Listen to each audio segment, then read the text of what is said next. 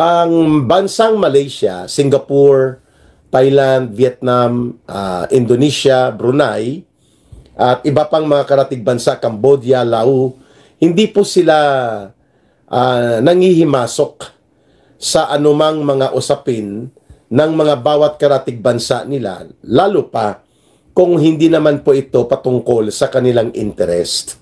Ngayon, mukhang tagilid at baluktot ang konsepto ni Marcos Jr. believing that he can campaign among ASEAN countries sa sinasabi niya na bully China, na nangbubuli ang China.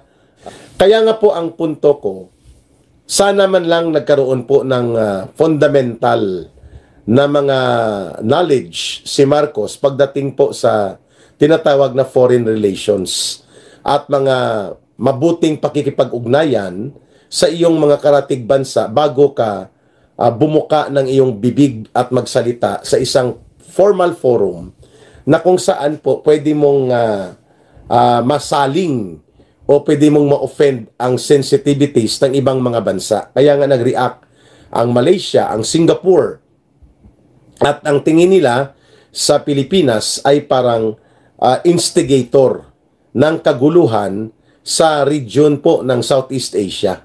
At good evening ka Eric, watching from Bahrain. Kaya nga, ito nga ang biglang bawi si Marcos, no? Pilipinas, nakakahiya nga talaga, no?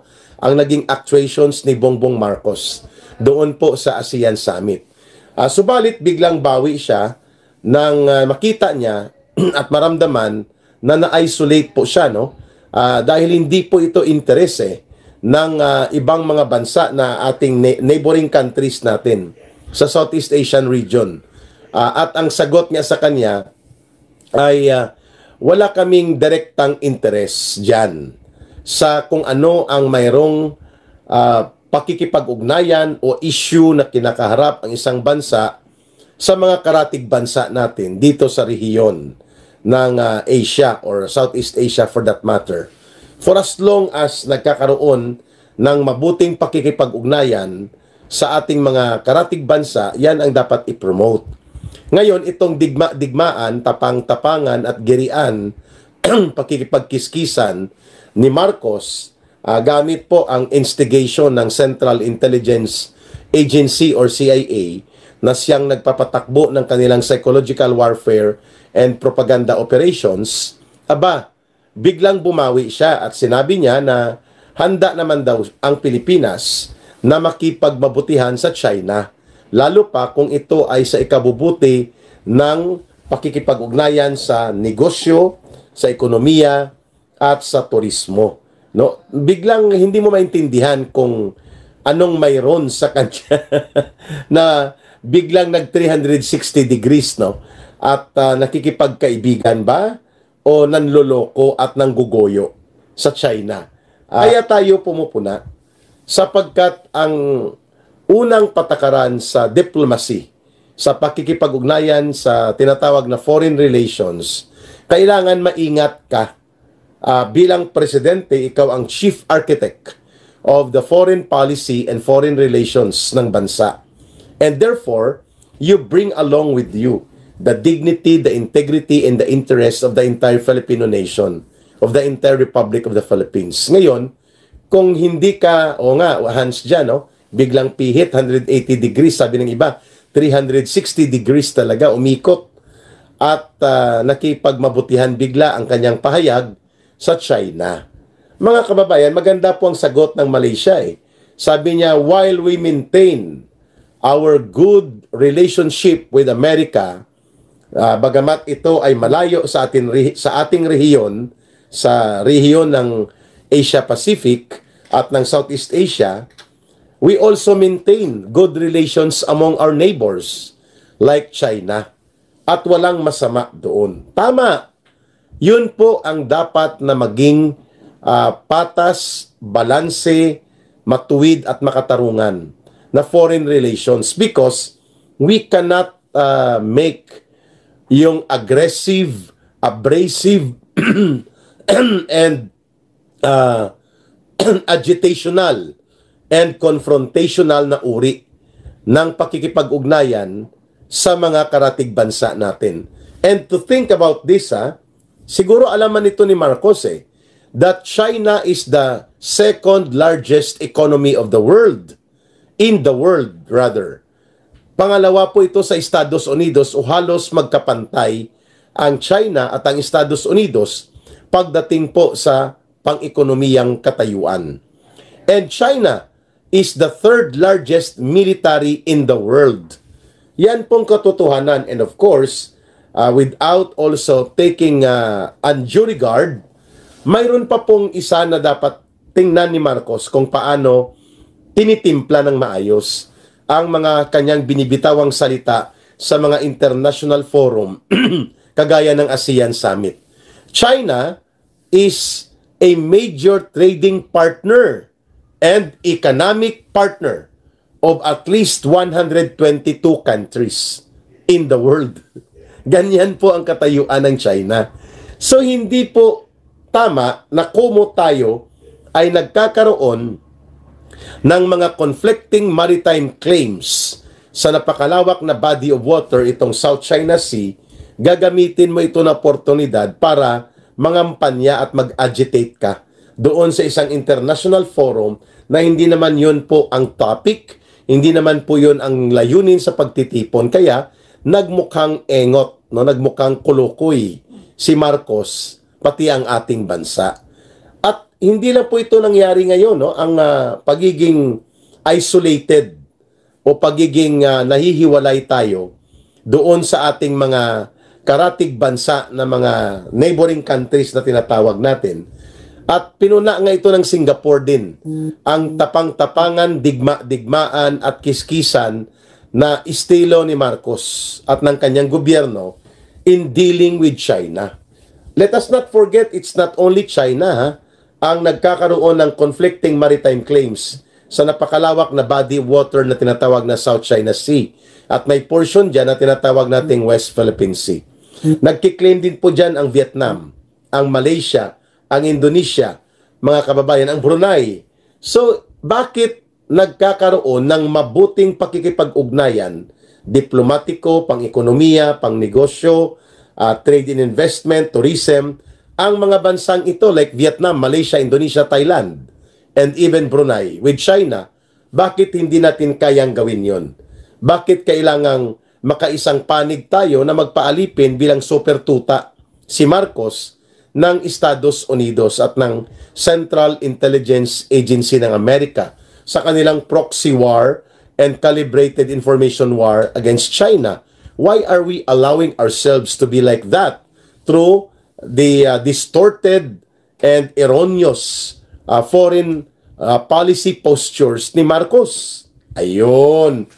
Kaya naman, itong kanyang pagbabait-baitan at ang kanyang 360 degrees na pagpihit po dito kay Amigo Saldi, tikalon na si BBM, tsak eksakto agad Amigo Saldi, bulastog, tikalon ba?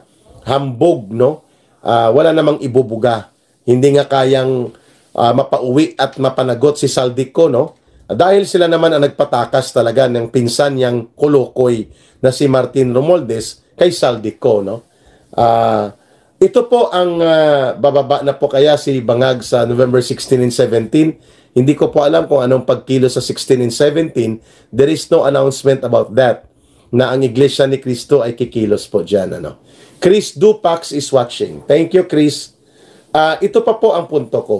Matapos po itong pagpihit ni Marcos doon sa kanyang foreign policy statement hinggil sa kanyang pakikipag-ugnayan sa bansang China, sinuplak po siya ni Gibo Teodoro, ang kanyang defense secretary. Sabi ni Gibo Teodoro, why would we talk to China? Ang China hindi mapagkakatiwalaan, walang sinseridad, at ito ay hindi naninindigan ng tama sa kanyang mga sinasabi. At ito ay lumalabag sa ating bansa, sa mga karapatan natin, sa soberanya at sa ating mga teritoryo at sa ating mga paninindigan hinggil sa maritime relations. No, mga kababayan. Ngayon, ito ang sagot natin dyan. Una, si Gibo Teodoro ay walang karapatan na magsalita tungkol sa foreign relations. Much more na ang kanyang posisyon ay Defense Secretary. It has an implication of national security and it can agitate a situation na instead na diplomatic ang channel at mabuting pakikipag-ugnayan, ang kanyang mga statement ay patungo po sa agitation and aggressive na posturing. Exactly the way ang Estados Unidos, yung boss ni Gibo Teodoro, would like to frame that kind of statement, mga kababayan. Ang pinupuntuhan po natin dito, Gibo Teodoro as an alter ego of the president, and for that matter, only a cabinet secretary, he cannot override or he cannot step over the authority and the policy position of the president.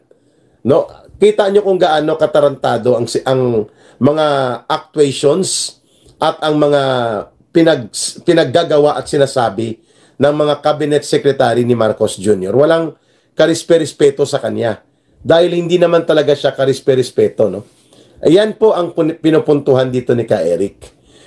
There is no business for Gibo Teodoro to intervene or make a position that can make a foreign policy relations and foreign relations program of the government become jeopardized. Malalagay po sa alanganin, no? At kita mo mga posisyon niya, ang China hindi mapagkakatiwalaan, ang China walang isang salita, ang China ay nilalapastangan ng ating mga sovereign rights, mga kababayan.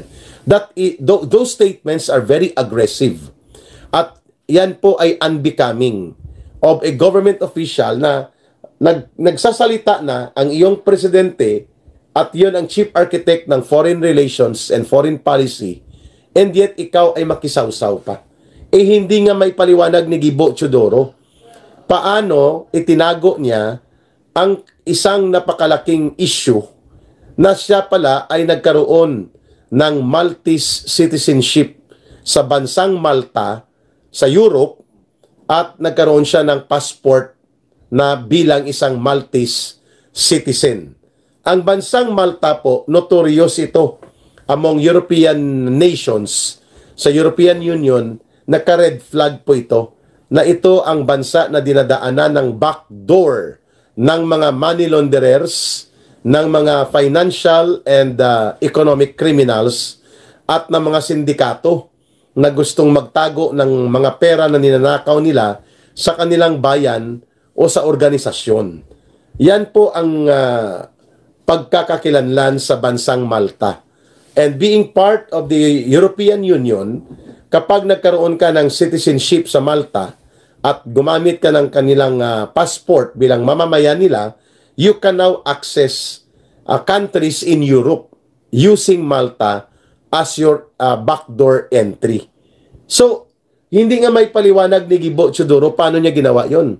At bakit ginawa niya yon while siya ay nanunungkulan bilang cabinet secretary, nagkaroon pala siya ng status na dual citizen. At ito ay pinagtakpan, hindi lang po ito masyadong tinalakay sa media kasi nagkaroon ng information operation para i-manage ito. Iskandaluso po yun, ha? Ang Defense Secretary ng Pilipinas ay isang foreign national. Bagamat Pilipino siya, subalit mayroon pa siyang isang passport at isang nationality na hindi mo yan makukuha ang pagiging Maltese citizen o anumang bansa na ikaw ay magiging citizen kung hindi mo tatalikuran at itatakwil ang pagka-Pilipino mo. Ngayon ang tanong kay Gibo Teodoro, kailan mo na reacquire ang iyong pagka-Pilipino at anong nangyari doon sa pagtatakwil mo sa pagiging Pilipino mo at the time na ikaw ay kumuha ng iyong Maltese passport at naging Maltese citizen ka? Wow!